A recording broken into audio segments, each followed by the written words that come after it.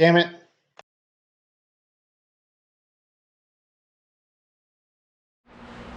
Hey, welcome back everybody. So today we are going to be working on the very much neglected Mark II Volkswagen. I've been putting this thing off for a while. I need to finish it up and get it on the road. It's very close. We got it running and stuff, but I need to finish the exhaust. That's the main thing. I have some tubing on the way that I ordered. All that'll be here tomorrow, so that I can build a full exhaust this weekend. Hopefully get it done and buttoned up, and then get the thing off the jack stands finally. So we'll see how that goes. But today we are going to fix the exhaust manifold, and I'll show you what I'm talking about. So these ABF tubular exhaust manifolds, the factory ones here, are notorious for cracking. So you can see where there was an old repair that somebody did previously, but you can also see that there is a crack right there, and it runs all the way down here. So that thing has a full-on crack going on, so that's not good, right? There's another crack somewhere back here. Down in there, there's a crack also. You can see a little bit where it's discolored. So not good, right? We got some work to do. So right now we're going to take this up and fix these cracks. Really, this is temporary. So later on, when the motor comes back out so we can paint the car, I'm going to make a new manifold. But for now, to get this thing going and driving, we're going to try to go to this October. We're going to try and go to a show back home in Indiana. So Euro Alliance, I think is what it's called. We haven't been there in many years, so going to try and debut the car there. Debut, right? It's nothing really special, but it'll be fun. But it's about a 10-hour drive, so it'll be a good little hike back home.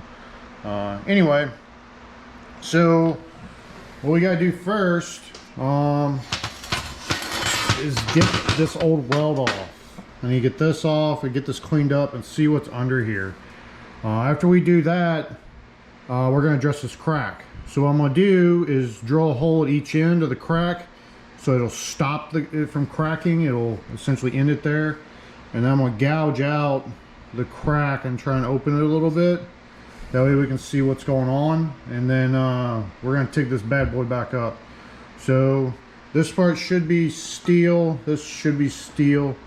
You can see where from the factory it was welded, so we should be able to weld this. It shouldn't be a problem. So yeah, let's get to it.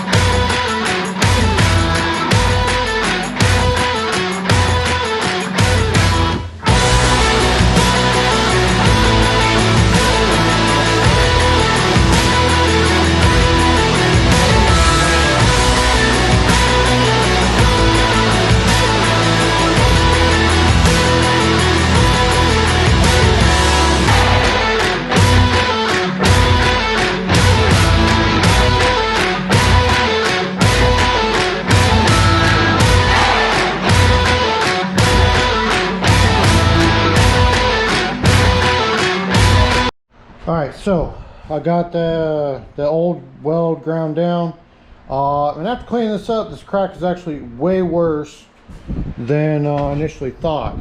So on the inside, I was cleaning it up, you can see right there is where that inside crack starts.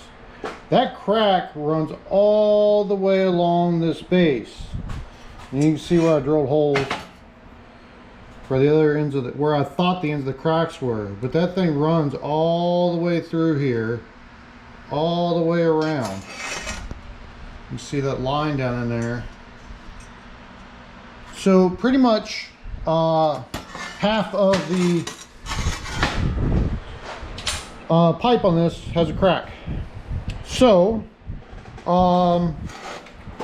yeah, so knock, and I have shit all over my face. So what are we gonna do? Originally I was gonna TIG it. I was gonna do a lot of stick out and get in there because I thought it was a little crack.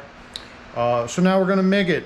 I'm gonna put a nice hot bead in there, burn it through, and hopefully we won't have a problem again. I drilled out the ends on each one at the crack at the very end. I have a gouge in there. I gouged it out where the crack is, so we should be able to burn a stringer in hot enough to get all the way through and fix the crack and at least band-aid it for now. It might fix it permanently, we'll see. Probably not. These things are known to crack. That's why a lot of people get rid of them and put the cast version in. This is what we had, and it is the better flowing of the two.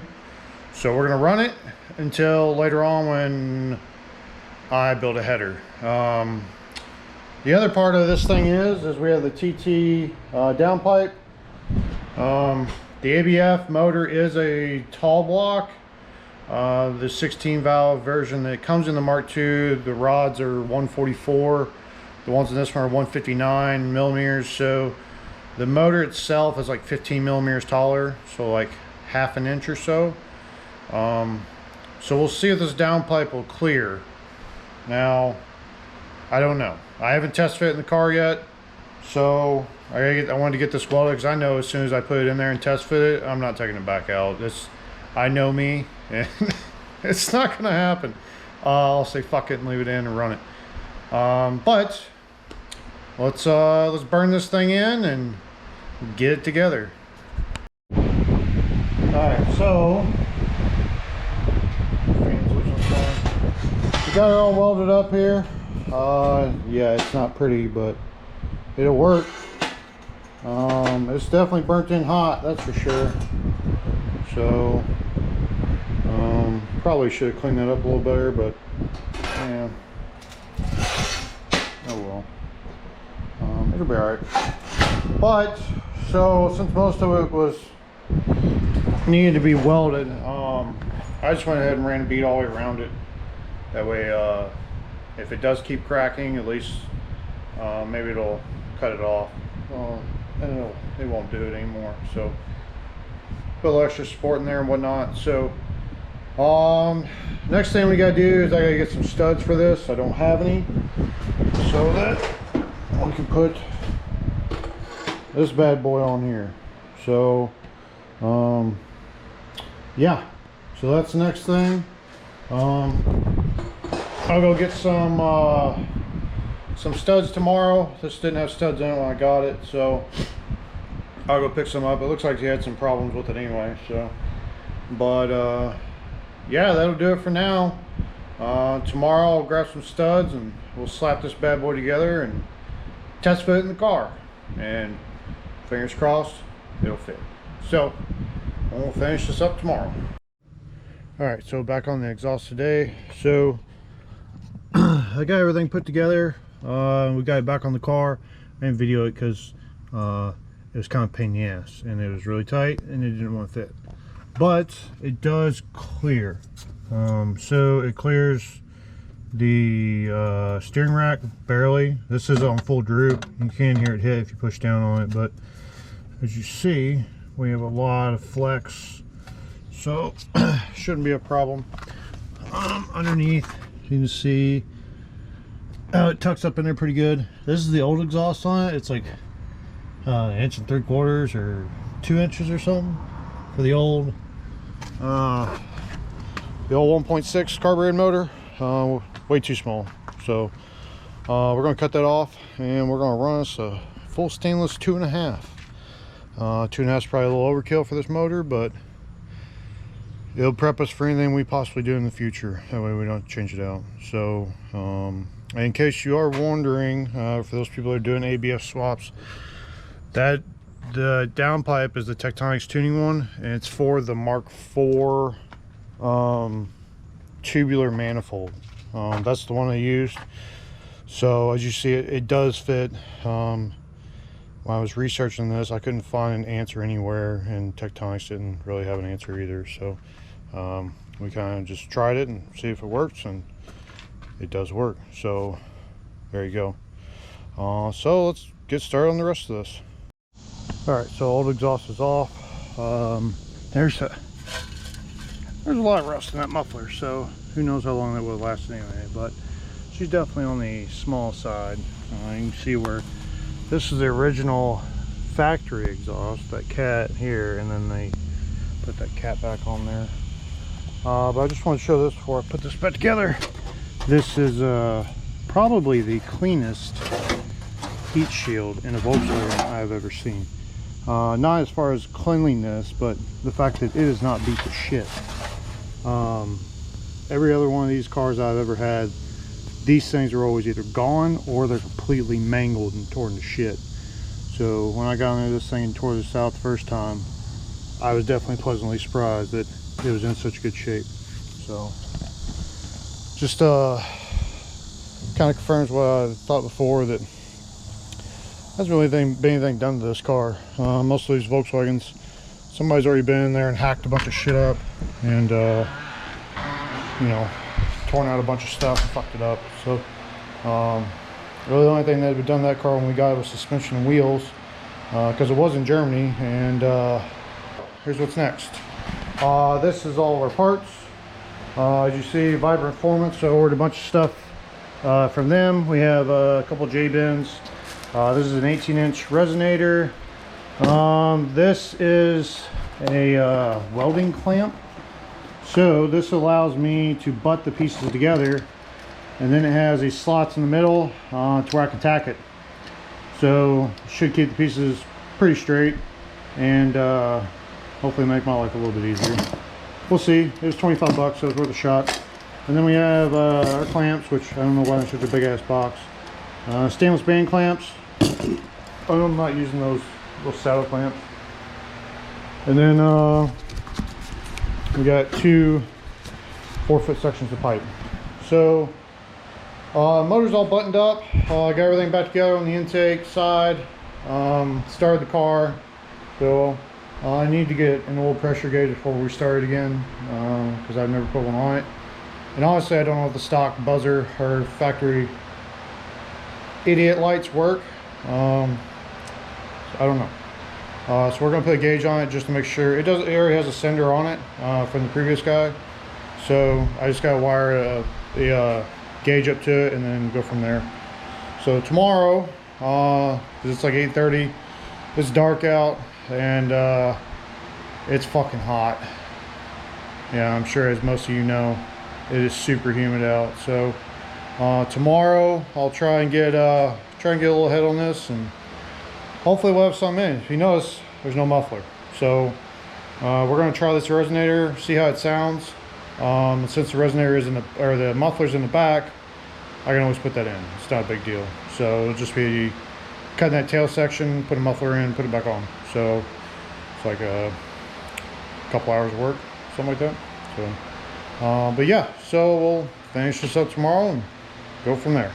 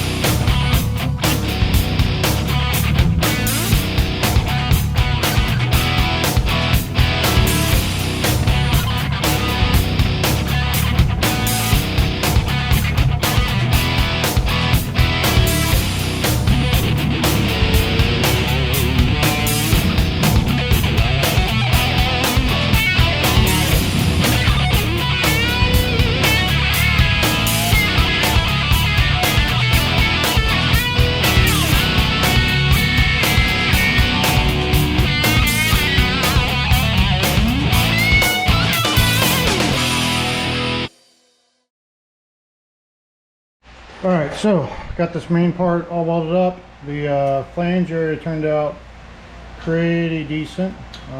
Still trying to get a handle on stainless.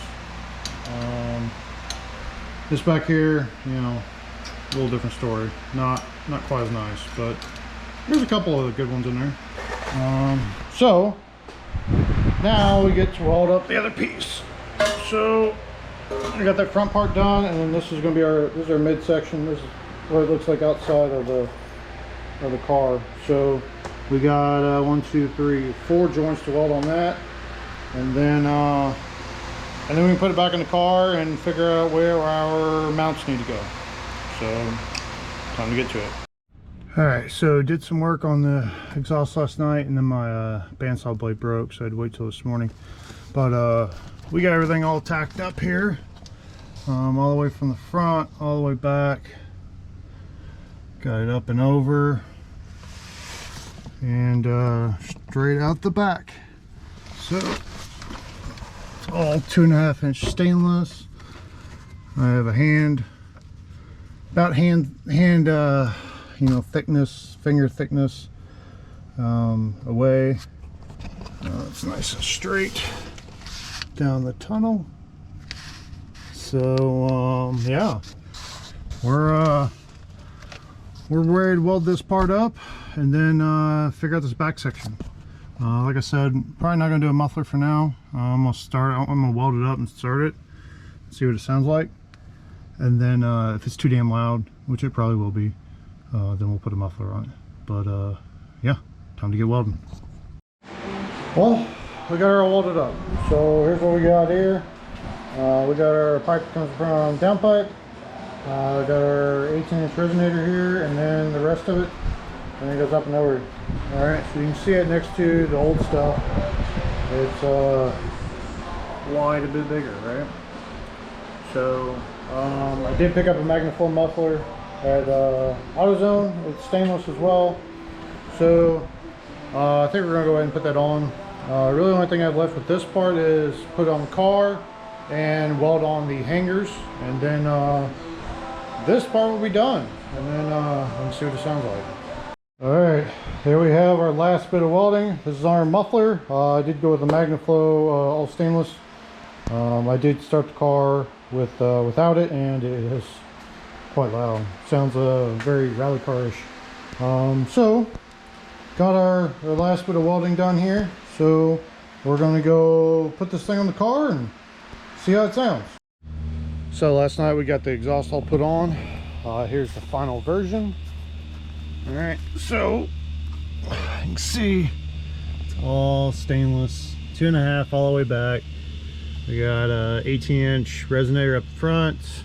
We got the MagnaFlow muffler out back, and then we did a little upswept tailpipe there. I really like how this turned out. So let's start her up. You want to hear what it sounds like.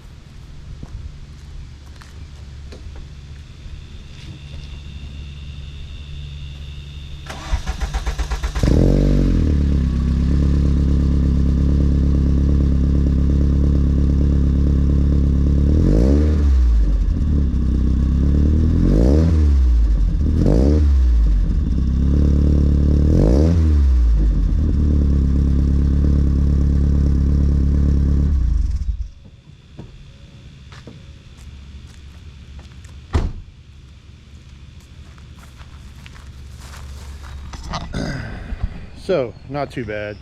It's a little it's got a little growl to it, so if you really rub it up, kind of sounds Honda-ish, but yeah, it'll work. It's nice and quiet. It's a lot quieter than it was with just the resonator. The resonator is pretty loud, so it needed a muffler. But yeah, one step closer to having this thing on the road. So next time you all see this thing, it will be off the jack stands and on the ground, so stay tuned. All right, so after about a year on jack stands of doing the swap and buttoning everything up, the Mark II is finally back on the ground. So still got some stuff we got to finish before we can take it out. First off is there's a massive transmission leak.